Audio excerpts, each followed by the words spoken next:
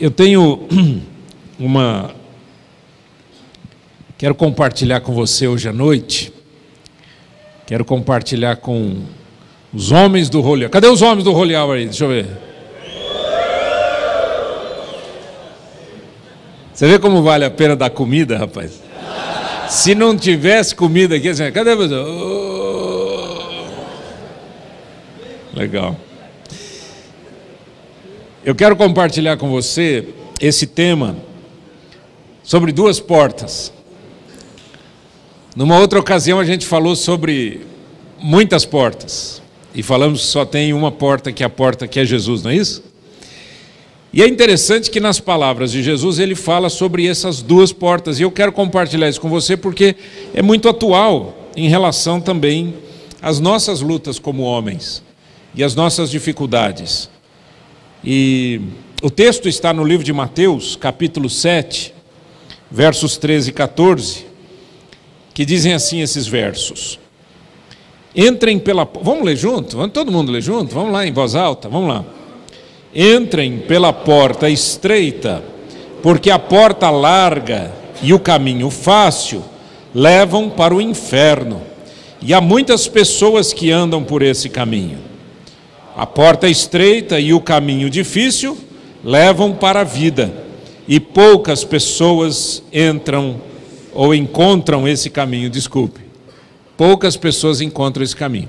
É um texto muito conhecido e que mostra, não é, de cara a gente já vê, está muito clara a mensagem, não existem duas portas. Uma porta é muito larga e ela leva para a destruição, para a morte, para as coisas ruins. E uma porta é estreita e ela é mais difícil, não é? Então, no resumo que a gente pode fazer é que a porta larga é o caminho fácil que leva para a destruição e muitos entram por ela. E a porta estreita, o caminho é difícil, eleva a vida e são poucos os que entram por ele. Quando a gente vê esse texto, na verdade, para quem conhece a Bíblia, quem lê a Bíblia, esse texto é muito utilizado assim: olha, existe uma porta larga, está aí, ó, um monte de coisa ruim, existe a porta estreita, que é a porta que leva para o céu. Então entra por essa porta. E está correto, absolutamente correto, não tem nada de errado nisso. O que eu quero passar para você é ampliar um pouquinho a nossa visão. Por quê? Porque Mateus capítulo 7 é o finalzinho do chamado Sermão da Montanha, ou Sermão do Monte. Mas quando você lê o Sermão da Montanha, lá no capítulo 5 de Mateus, logo no comecinho, diz assim: e Jesus subindo, etc., as multidões se aproximaram, e ele se dirigiu aos seus discípulos e disse, e começa com as bem-aventuranças, bem-aventurados e tal, começam as bem-aventuranças. Então, o Sermão da Montanha, ele foi dito, ele foi dirigido aos discípulos de Jesus. Agora, se esse texto faz parte do Sermão da Montanha, e essas palavras foram dirigidas a discípulos, aí a gente tem que ampliar um pouco o nosso entendimento sobre isso. Então já não é mais apenas uma questão: olha, entra pela porta estreita, ela te leva para o céu. Está certo isso? Absolutamente correto. A porta larga te leva para o inferno, para a destruição, para a morte. Absolutamente correto. O problema que a gente enfrenta aqui é que esse texto foi dito para discípulos.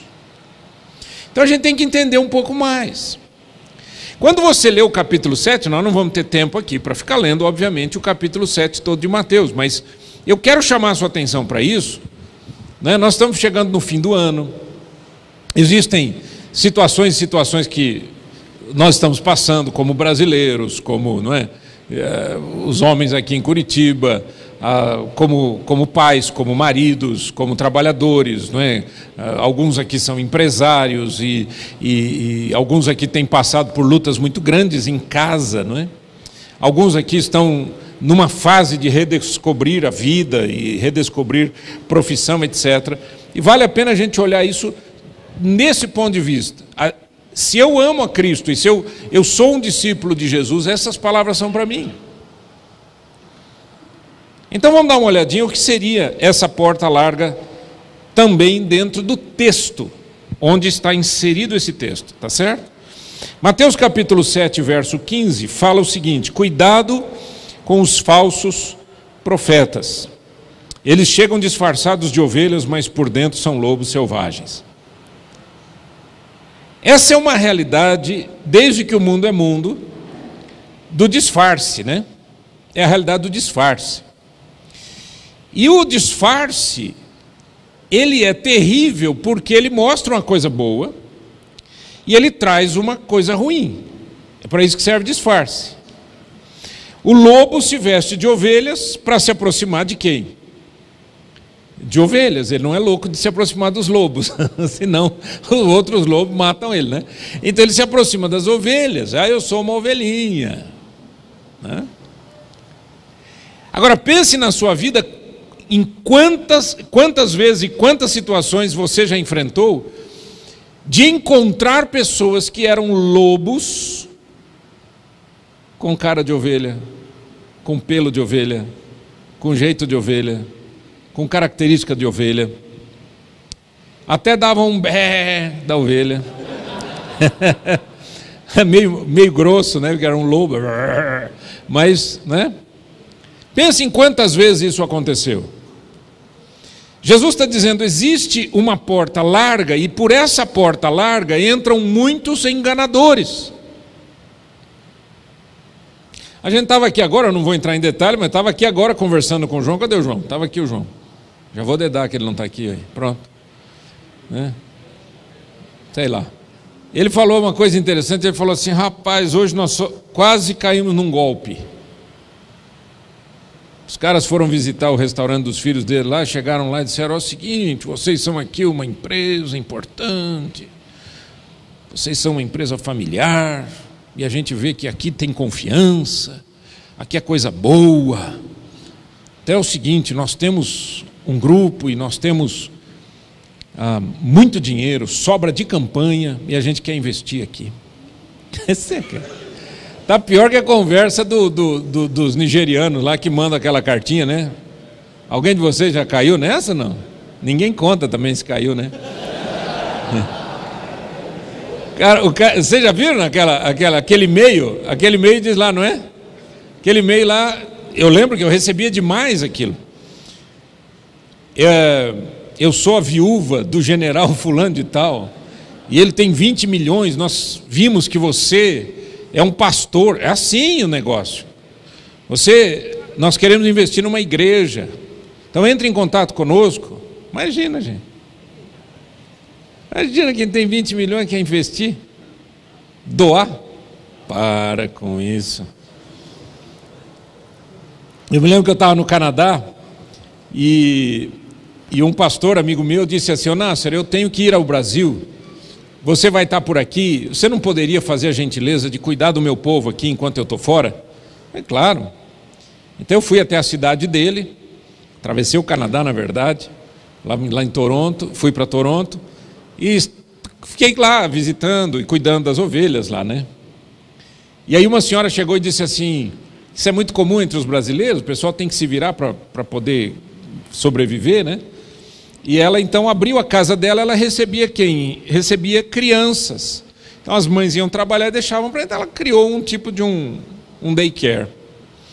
E ela disse, ai pastor, olha, eu estava orando tanto, pedindo a Deus um lugar melhor, um lugar mais amplo e tal, e apareceu agora, já entrei em contato. Eu disse, verdade, já entrei em contato, e olha, e a pessoa, o cara não é daqui, na verdade ele mora, e não lembro onde, se era da China, onde é que era, eu falei, sei. E olha, não sei o quê, mas ele já falou que a chave está em tal lugar e tal, não sei o quê, e ele vai cobrar tanto. Eu falei, puxa vida, mas está parecendo assim muito bom para ser verdade. Deixa eu ler o seu e-mail que ele mandou. A hora que eu bati o olho, estava eu e meu filho, Daniel. A hora que nós batemos o olho assim, começamos a dar risada. Falamos, isso daqui é um golpe. A pessoa fica cega quando ela quer alguma coisa, não é? A verdade é essa, você quer tanto alguma coisa, e alguém chega para você e diz, eu tenho essa coisa, você fica cego. Você não pensa mais, você não raciocina mais. O e-mail era tão ridículo que o cara começava dizendo assim: eu sou fulano de tal, não sei o quê, tenho uma filha virgem. O que tem a ver a filha virgem com a casa que o cara ia alugar? Imagina uns negócios malucos. Ela falou: mas pastor, eu já passei em frente da casa, ela existe. Eu falei: qual o problema? Eu passo na frente de uma casa aqui, tiro uma fotografia, boto na internet e digo para você que é minha. Você acredita? Você acredita se você quiser acreditar. Existem muitos falsos. Jesus chegou a dizer o seguinte, que é necessário que venham escândalos. Por que é necessário que venham escândalos, gente? Por que é importante ter falso? Para evidenciar o verdadeiro, para o verdadeiro aparecer. Eu estava vindo para cá, e tão legal ver o estacionamento ali lotado, e os homens, né, todo mundo colocando seu crachazinho e tal, e andando, vindo para cá. Eu fiquei pensando, eu falei: gente, que coisa mais fantástica. Agora, sabe de uma coisa? Existem reuniões muitas vezes maiores do que esta, para ensinar bobagem. Eu estou fazendo um curso de coaching profissional. E fantástica, professora fantástica, um conhecimento vastíssimo, muito legal, fantástico. Mas o caminhar daquela senhora na fé, ela evidencia aquilo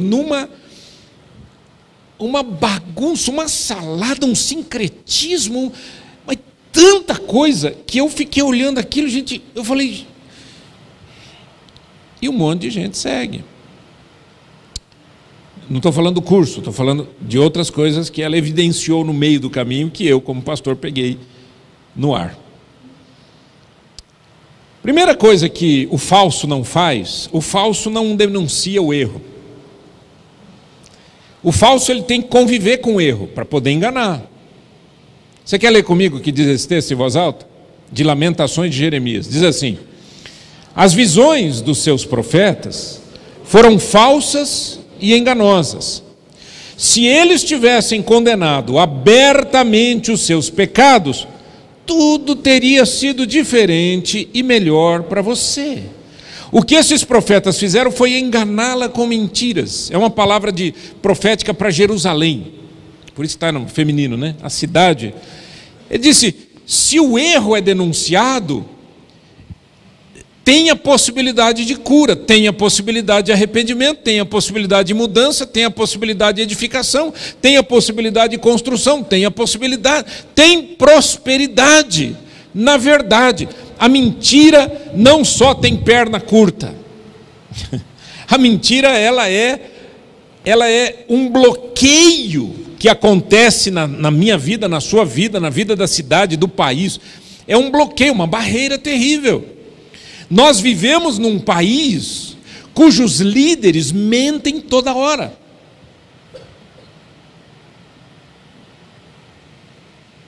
Você está querendo dizer que o partido... Eu não estou querendo dizer nada, estou querendo dizer que desde 1500 isso tem acontecido.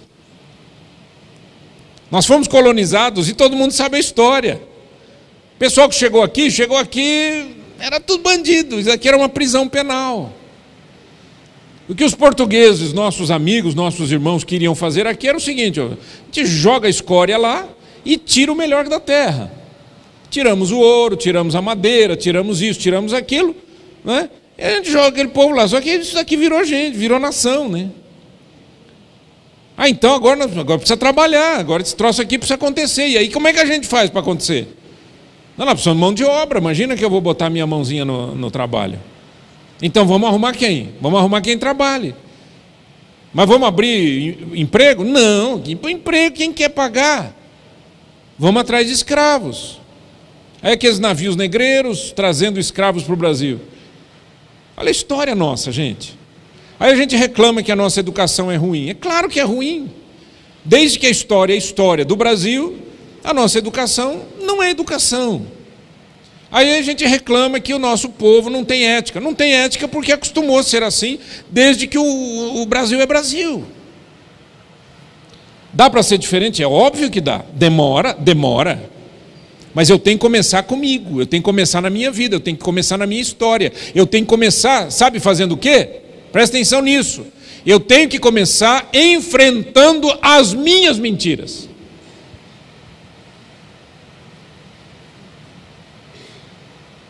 Você só é curado e livre das suas angústias e dos seus enroscos quando você confessa o seu erro, quando você enfrenta o seu erro, quando você enfrenta a sua fantasia, quando você enfrenta os seus disfarces. É fácil a gente dizer que tem lobo chegando perto da gente, e a gente esquece que muitas vezes nós somos os lobos, dentro de casa.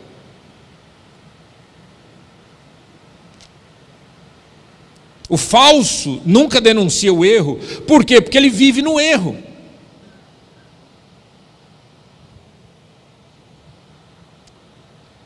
Veja, por exemplo, algumas igrejas. Tem igreja que é assim.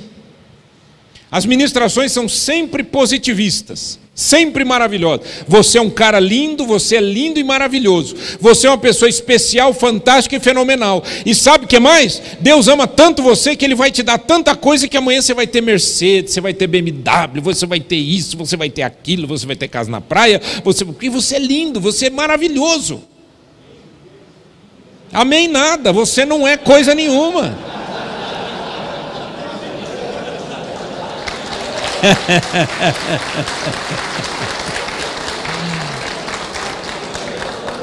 Eu nem sei quem falou amém, deixa escondido. Não, mas eu sei que foi brincadeira. Mas veja, é uma coisa séria. Não é verdade, eu não sou especial coisa nenhuma, eu não sou lindinho coisa nenhuma, eu não sou bonitinho coisa nenhuma, eu não sou legal coisa nenhuma. Eu sou um cara que preciso de cura todo dia. Eu sou um cara que preciso enfrentar os meus enganos, as minhas mentiras, as minhas fantasias, os meus disfarces. Eu preciso enfrentar a verdade para que eu seja um homem especial. Aí sim. Mas não garanto BMW nem Mercedes para ninguém. Vai trabalhar, junta dinheiro e se você quiser você compra, tá bom? Deus não está preocupado com isso, tudo bem? Falou? Certinho? Então esquece esse tipo de mensagem, que é mensagem boba. Isso não é evangelho. O evangelho leva para a cruz.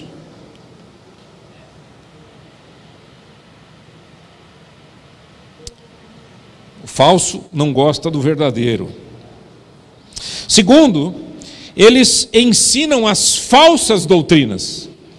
Eles trazem o falso ensinamento. 2 Pedro 2,1 diz assim: no passado apareceram falsos profetas no meio do povo, e assim também vão aparecer falsos mestres entre vocês. Eles ensinarão doutrinas destruidoras e falsas, e rejeitarão o mestre que os salvou. E isto fará com que caia sobre eles uma rápida destruição. Estava vendo hoje, eu nem sabia desse, eu já fiz uma lista de cristos, entre aspas, falsos cristos que apareceram aí na terra, do século XIX, do século XX, do século XXI, mas esse eu não tinha visto ainda, e é um filipino. Tem uma igreja nas Filipinas, lugar paupérrimo, aquele povo pobre, morando em casebre, favelão. E ele diz que ele é o Cristo, e a casa dele é o céu, tem visitação, uma mansão. As pessoas vão para lá para trabalhar de graça, para pintar, para dar manutenção na casa do Cristo. E não pense que eu estou falando de 5 pessoas, de 10 pessoas, eu estou falando de milhares de pessoas que acreditam nisso. Lembra quando eu falei, a pessoa acredita no que quer acreditar? Você sai para comprar um carro, você não tem dinheiro, você sabe que você vai ter que financiar. Você tem lá milão para dar de sinal, não é nem um sinal, é um risco. Certo? Como eu comprei todos os meus carros, eu não tinha um sinal para dar, era só um pisca, um pisca. E você sabe disso, né? Só que você tem um inimigo, e esse inimigo, ele tem a turma dele, e a turma dele chega perto de você e diz assim: cara, eu tenho um negócio super para você.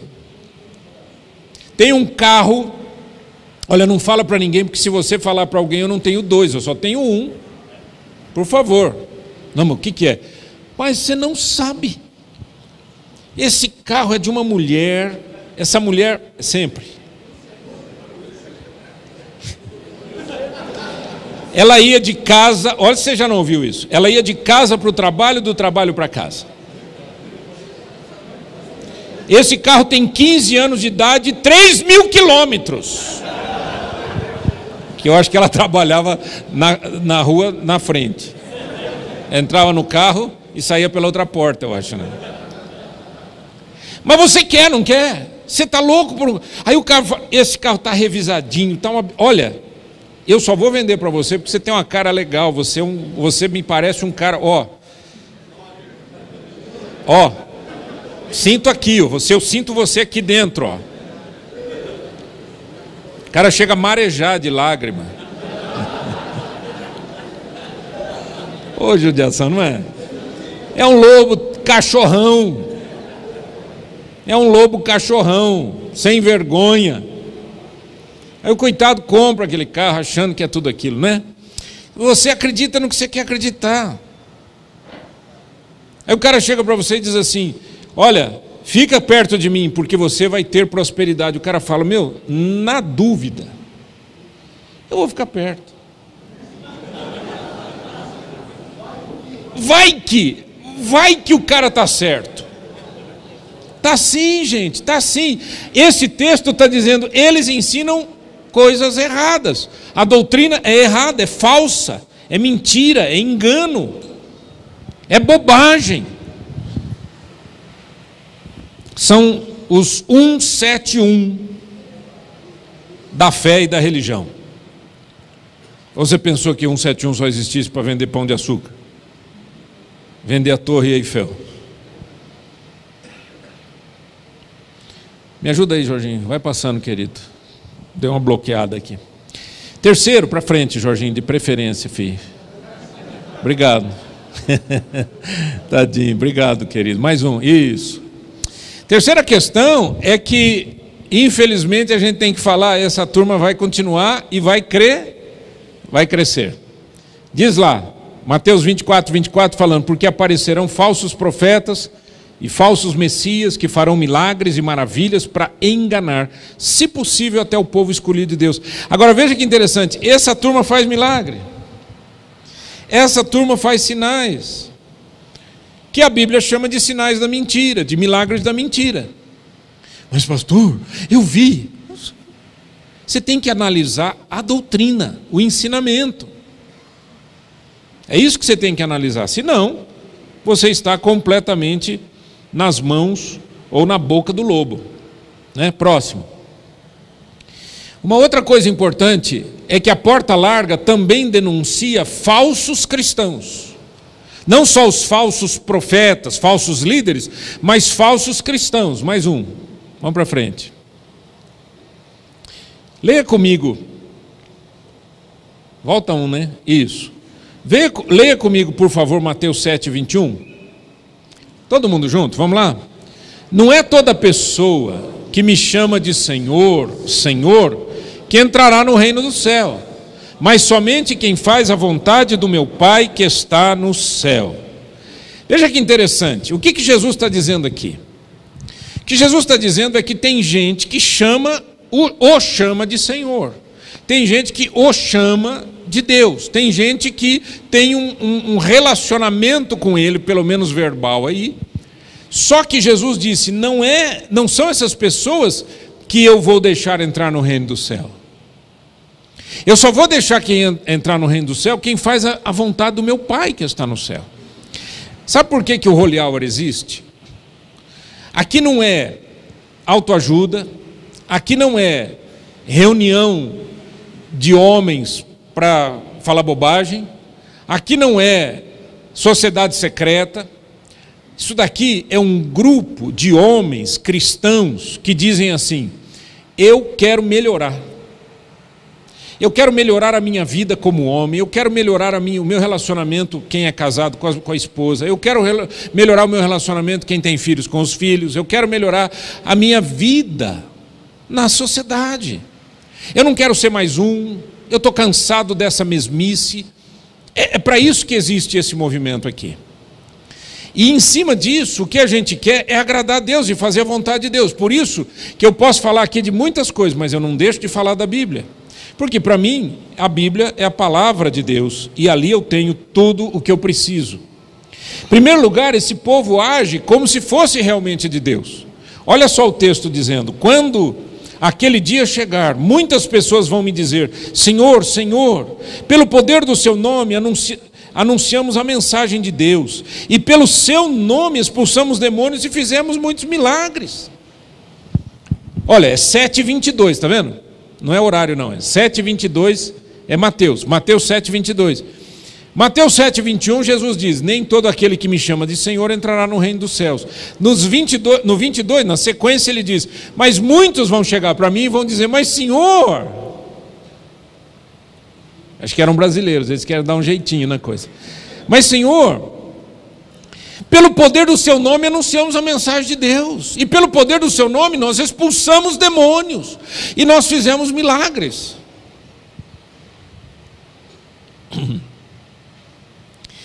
Você está entendendo o que eu quero dizer? Que não é tudo aquilo que você vê, ainda que seja extraordinário, que é bom. Ainda que seja extraordinário, ainda que seja alguma coisa assim que você não consegue explicar com a sua mente, não é por isso que isso é bom. Porque na Bíblia, se tem uma coisa que na Bíblia não tem, é aquela frase que diz que o fim justifica os meios. Isso não existe na Bíblia. Na Bíblia, a corrida tem que ser ética, desde o começo até o fim. Você tem que começar bem, correr bem e terminar bem. Porque alguns desses talvez começaram bem e terminaram mal. Deu para entender? Ah, mas o senhor não lembra? O senhor lembra que eu ia lá no Holy Hour? Eu até fiz um sacrifício lá. Fiquei um mês sem comer o lanche. Porque tem uma turma aí que acha que jejum é uma barganha com Deus, né? Eu já vi gente falando isso: eu não como chocolate, gente. Faz 1 ano que eu não como chocolate. E Deus aí com você? Você acha que Deus está preocupado se você está comendo chocolate ou não, filho? Não, mas eu aprendeu errado. Jejum não é nada disso. Jejum tem que ser acompanhado de arrependimento, jejum tem que ser acompanhado de coração puro, jejum tem que ser acompanhado de vida nova, jejum tem que ser acompanhado de coração que chega na presença de Deus e faz a vontade de Deus, e não faz a sua própria vontade. Um outro aspecto, no verso 23, diz: então eu direi claramente a essas pessoas: eu nunca conheci vocês, afastem-se de mim, vocês que só fazem o mal. Quer dizer, uma porta larga com gente que diz que é cristã, gente. Aí você não está entendendo o que eu quero dizer? Que quando você fala em porta larga, você imagina quem? Os malucos de beleza, não é? Criminosos, os caras aí que estão drogados, matando os outros, roubando, bandido. Aí você diz: ó, porta larga deles, né? Eu não, eu sou porta estreita. Aí Jesus diz assim: pela porta larga tem entrado muita gente que tem feito milagres, que clama pelo meu nome, mas são lobos vestidos de ovelhas. E a porta é estreita, hein, gente? Em primeiro lugar, eu vou só pegar 2, 3 versos aqui, dentro daquele contexto, para mostrar para a gente uma coisa. Uma das coisas que o Senhor Jesus disse, lá no capítulo 7, no verso 12, você vai ler comigo, por favor. Tudo quanto, pois, quereis que os homens vos façam, assim fazei o vós também a eles, porque esta é a lei e os profetas. O que você quer que eu faça por você ou para você? É o que você precisa fazer para mim e para os outros. Deu para entender? O que você quer receber? eu quero ser feliz. Então por que você não faz os outros felizes? Isso é uma regra de ouro, gente, é chamada regra de ouro. Fazer para o outro o que você quer receber.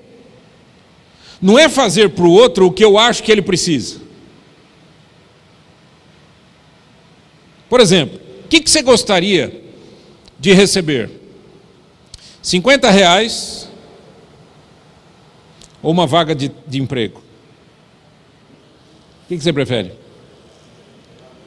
Estão em dúvida? Claro que a vaga de emprego. Por quê? Mas vai dar trabalho. É claro que vai dar trabalho. Mas você não prefere isso? Então por que você fica criando dependência dos outros? Deu para entender? Não crie dependência, não deixa ninguém ficar dependente de você. Jesus disse que a gente deve discipular as pessoas. Existem homens aqui maduros na fé que sabem muito bem o que eu estou falando. Discipular pessoas. Discipular pessoas é levar essas pessoas a conhecerem o que Jesus ensinou. Ponto final. É isso. E viver isso daí. Só que tem gente que nessa prática, ao invés de ajudar a pessoa, atrapalha. Por quê? Porque cria dependentes. Cria pessoas que não sabem tomar decisões sozinhas.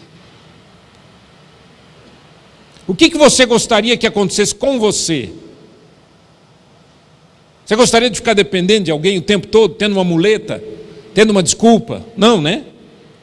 Então não faça ninguém ficar dependente de você. Ajude as pessoas a crescerem. Mostre o caminho. Olha, esse caminho aqui, meu amigo, precisa estudar. Olha, esse caminho aqui, precisa trabalhar. Precisa arregaçar manga, meu amigo. O nosso país, ele tem uma mentalidade miserável. Até os ricos são miseráveis.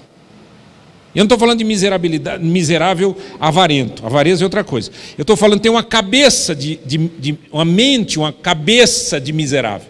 Sabe o que é cabeça de miserável? É cabeça de pedinte.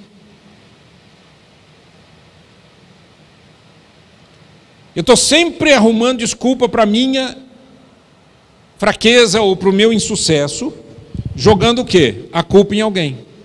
Não é assim? Rapaz, como é que está o seu trabalho? Está ruim, viu? Mas também, com a presidente daquele jeito, com não sei o quê, porque aquele partido, porque isso, porque aquilo outro, porque aquilo outro. Meu amigo, eu vou te fazer uma pergunta honesta. Você já viu o Brasil melhor? Ou melhor, você já viu o Brasil andar num caminho que não tem esse monte de sujeira? Nunca. Tem mais agora. Não é que tem mais agora, está aparecendo mais agora. Diferente. Sempre teve gente roubando. Maior vergonha. Eu tenho vergonha. Eu tenho amigos fora do país. Eu tenho vergonha de dizer que a maior empresa, mais linda que a gente teve, que a gente tinha um orgulho lascado, o petróleo é nosso. Os caras... Não é todo mundo, deve ter gente aqui que trabalha na Petrobras. Eu não estou falando disso. Tem gente muito séria, tem gente muito séria na polícia, tem gente muito séria na política, tem gente muito séria na igreja, tem gente muito séria na medicina, tem gente muito séria na advocacia, tem bandido na advocacia, tem bandido na igreja, tem bandido na medicina, tem bandido na política, tem bandido na polícia.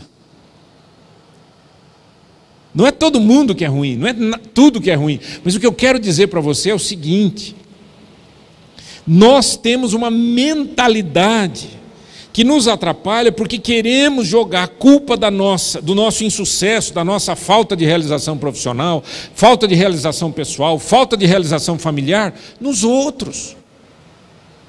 Pastor, eu sou um homem infeliz. Por quê? Minha esposa. Você não faz nada, você é um santo, você é maravilhoso. A sua esposa é que é o diabo, você casou com o diabo.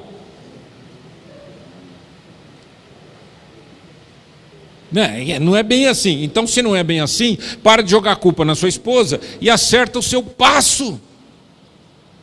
Você está entendendo o que eu quero dizer? O que você quer? Eu quero ser feliz. Faça a sua esposa a mulher mais feliz da terra, que você vai ver o que vai acontecer com você. faça os seus filhos, faça os seus amigos, faça com que todo mundo receba o seu melhor, que é o que você quer receber, é o que você gostaria de receber. Essa é a regra de ouro. Segundo, pratique o que você ouve, o que você aprende. 7:24 diz: todo aquele, pois, que ouve essas minhas palavras e as pratica, será comparado a um homem prudente, que edificou a sua casa sobre a rocha. E dois verbos importantes aí: ele ouve e ele pratica. Ele ouve e ele pratica. O oposto disso, quem conhece a Bíblia, eu não pus aqui, mas diz lá: todo aquele, pois, que ouve e não pratica, é semelhante ao homem que construiu a sua casa sobre a areia.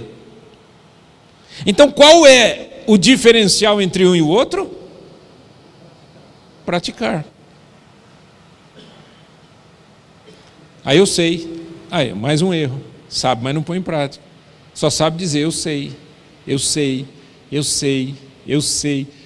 E você vive isso. É mais complicado. Não tem nada complicado. Gente, a vida não é complicada. A gente é que complica a vida. Concorda ou não? A vida não é complicada, gente.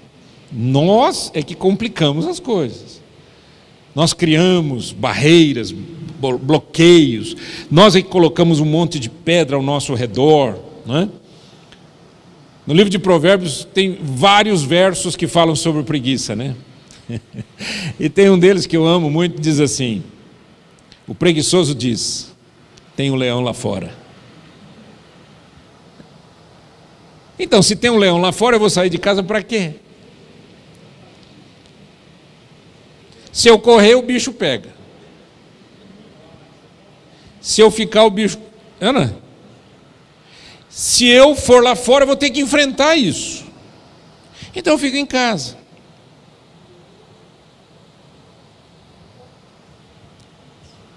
Em inglês, preguiçoso é lazy, né? E a cadeira mais gostosa que eles vendem é aquela cadeira que você tem umas coisas, às vezes ela é elétrica, não sei o que, ela levanta as pernas e... sabe aquela? Chama Lazy Boy. Tem gente que tudo que gostaria que acontecesse na sua vida era comprar uma cadeira daquela. Mais nada, eu não quero mais nada. Eu quero aquela poltrona, gente. E tem umas ainda que treme, né? Que faz massagem. Eu lembro a primeira vez que eu sentei numa cadeira dessa, eu levei um susto porque ela estava meio, acho que solta, aquela trava não estava muito boa, e a hora que eu sentei, ela já levanta o pé assim da gente, já põe o pé para cima e você vai lá embaixo, quase caindo para trás, né? Mas a hora que aquele troço esticou, eu falei: para tudo! Eu vou dormir. Lazy boy. É um monte de gente aí assim, né? Não é verdade, queridos? É ou não é? Hã? Tem gente que fala assim: rapaz, não dá nada certo para mim. Mas também...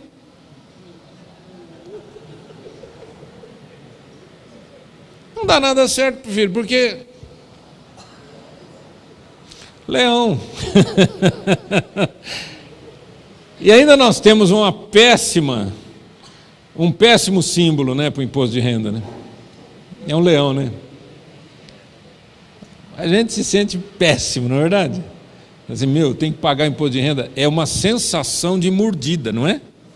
É uma sensação de que aquela bocona assim, ela está engolindo a gente, né? Dá uma sensação horrível. E aí o que a gente faz? Nós somos espertos, nós somos homens. O que a gente faz? Arruma recibo falso. Época de fim de ano, o cara começa a conversar com os amigos: você não conhece um médico aí que pode me dar um recibo aí? Ô pastor, isso é errado? Eu não vou nem responder, que vai contra os meus princípios. Mentira, tem gente que vive em função da mentira, tem gente que, para conseguir economizar, não consigo, e nem cair na malha fina. Ó, como eu sou esperto, inteligente, eu sou fantástico. E aí vem o apóstolo Paulo lá em Gálatas capítulo 6 e diz assim: não erreis, de Deus não se zomba, porque tudo que o homem semear, isso também ceifará. Ô, pastor, bateu duro. Mas o que nós estamos fazendo aqui? Você acha que eu ia perder meu tempo para dar comida para vocês? Você sabe a luta que a gente faz, a gente tem, para a gente pagar essa conta aqui? Isso aqui custa quase 20 mil por mês.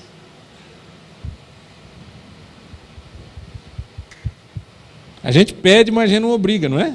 A gente pede, mas a gente não obriga você a dar nada. Agora, você acha que eu ia gastar? Eu não gasto, nós, todos, né? A equipe toda, os coordenadores. Você acha que nós iríamos envidar esforços? Esse pessoal... Eu sempre fico impressionado aqui com o Ademir, que traz a bateria, né? Porque é a bateria, né, gente? Tudo bem, os outros é complicado, mas é menor, né? Com exceção do Marcelo, que já traz tudo também, né? Caixa de som, né? Ou não? Você traz, né, Marcelo? Caixa de som e tal. Você acha que essa turma toda ia lutar, fazer o que faz, para a gente ficar aqui, passando a mão na barriga? Outro dia chegaram para mim e falaram assim, é clube do bolinha? Eu falei, literalmente. É tudo bolinha. Você acha? Não vale a pena, querido. Não vale a pena. Né? O holy hour, o que é? Holy hour é para cabra macho. É para cabra macho, que sai daqui chorando e diz, eu vou mudar. Porque cabra macho faz isso. Leva na cabeça, apanha, chora, se levanta e muda de vida. Se você tiver afim disso, eu estou afim de estar com você. Percebeu? Em último lugar, aprenda a discernir, como eu falei, mentiras e mentirosos. Mentiras e mentirosos. Olha só o que diz o texto. Quando Jesus acabou de proferir essas palavras, e era exatamente esse é o fim do Sermão da Montanha, tá? Quando Jesus acabou de proferir estas palavras, estavam as multidões maravilhadas da sua doutrina, porque ele as ensinava como quem tem autoridade, e não como os escribas. Sabe quem eram os escribas? Eram os religiosos, os que faziam a cópia dos textos manuscritamente, né, manuscritos, e eram aqueles que ensinavam, eram os professores, eram os mestres da lei. E a multidão dizia, Jesus tem autoridade, o que ele fala é diferente. Nós precisamos aprender a discernir, gente, as mentiras e os mentirosos. Agora, eu vou te dar um conselho, não tenha medo de lobo. Não tenha medo de mentiroso, não tenha medo de falso. Viva a verdade, que os mentirosos, cai fora. Cai fora. Eu já tive momentos na minha vida, no meu ministério, vocês sabem que eu sou pastor há 32 anos, momentos no meu ministério, que eu tive que dizer coisas para as pessoas, que a pessoa torceu o nariz e saiu pisando duro e nunca mais quis saber de mim, nunca mais, e falava mal de mim em todo lugar. Teve um cara, isso foi muito interessante, eu vou terminar com isso. É um cara que a gente trabalhou bastante a vida dele, ajudamos muito, etc. Não importa aqui exatamente o que. Bom, e esse cara um dia deu na telha dele lá, que não sei o quê, e eu falando com ele pelo telefone, ele dizia, pastor, eu não vou mais na igreja, porque não sei o quê, porque você, como é que você fala aquilo que você falou para aquele casal? Ué, mas eles estavam precisando de cura, e eu falei a verdade para eles. Eu que não sei o quê, eu vou embora dessa igreja, nunca mais, não sei o que. Eu falei, meu filho, a decisão é sua. Como mais simples do mundo, entra e sai. Claro que eu fiquei chateado, é óbvio que eu fiquei triste, é óbvio que aquilo sangrou meu coração. Ele resolveu ir para uma outra igreja. Só que eu havia sido pastor daquela outra igreja há muitos anos atrás, daquela outra igreja. E tinha várias pessoas ali que tinham sido minhas ovelhas. E um dia numa classe de estudo bíblico, ele resolveu se levantar e falar mal de mim. Eu não estava presente, E ele resolveu falar, porque eu vim de uma igreja, porque o pastor é isso, porque ele faz assim, porque ele fez aquilo. Um dos rapazes, meu amigo até hoje, se levantou assim, na sala, disse aqui, olha aqui, dá licença de interromper. Você está falando num ambiente, num lugar, numa classe, onde tem várias pessoas, inclusive eu, que fomos abençoados pela vida desse homem, e nós não temos nada a falar mal dele. Sentou. Eu dou glória a Deus por isso. Mas ao mesmo tempo, esse cara não precisava passar essa vergonha, não é? Passou uma vergonha lascada. Para quê? Homem que é homem, não bate na mesa, não dá murro na parede, não bate em mulher, não dá uma de machão no trânsito. Homem que é homem, fala a verdade, vive a verdade e não tem medo de viver uma integridade fantástica na história e não tem medo de ouvir a verdade. E quando ouve, chora, lava o rosto, se levanta e diz: eu quero viver uma nova vida, uma nova história. Vamos ficar em pé, queridos, vamos orar.